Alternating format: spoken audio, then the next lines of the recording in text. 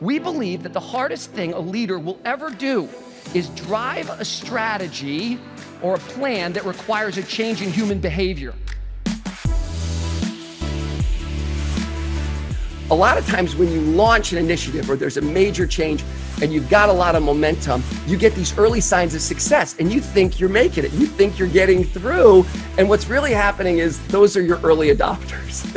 They get on board. But there's a part of our brain that doesn't want to believe that. And we so desperately want to believe it's working, right? And then there's this other phenomena where a whole bunch of people are telling us what a great idea it is. So we get the early adopters on board, and then we get a lot of social affirmation that this is key to our future. I love this. This is great.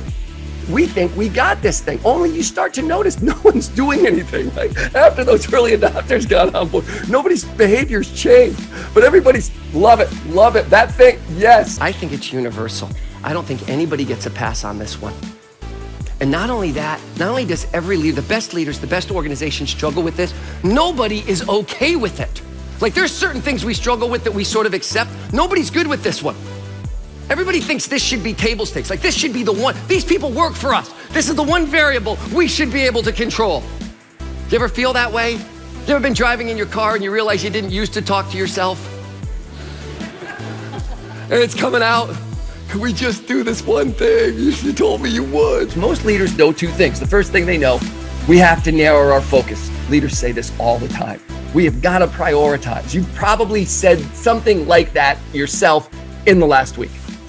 The other thing, however, that you know is that there are 20 things, and you can name them, that need your immediate attention right now. You have to move your goal from a concept into a target. That enormous amount of energy to maintain the operation is not the same energy required to do the new thing, to achieve the new goal. Those two things are both necessary, but they're not the same, and they don't get along.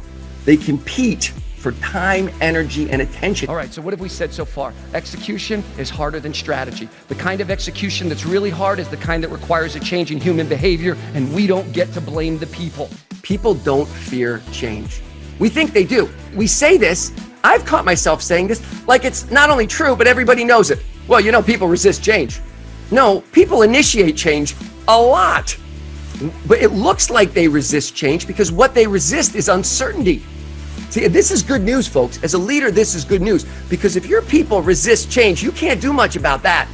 There's nowhere, like if you got to do something new and they're resisting change, there's no answer for that one, but there's a lot that you can do about uncertainty.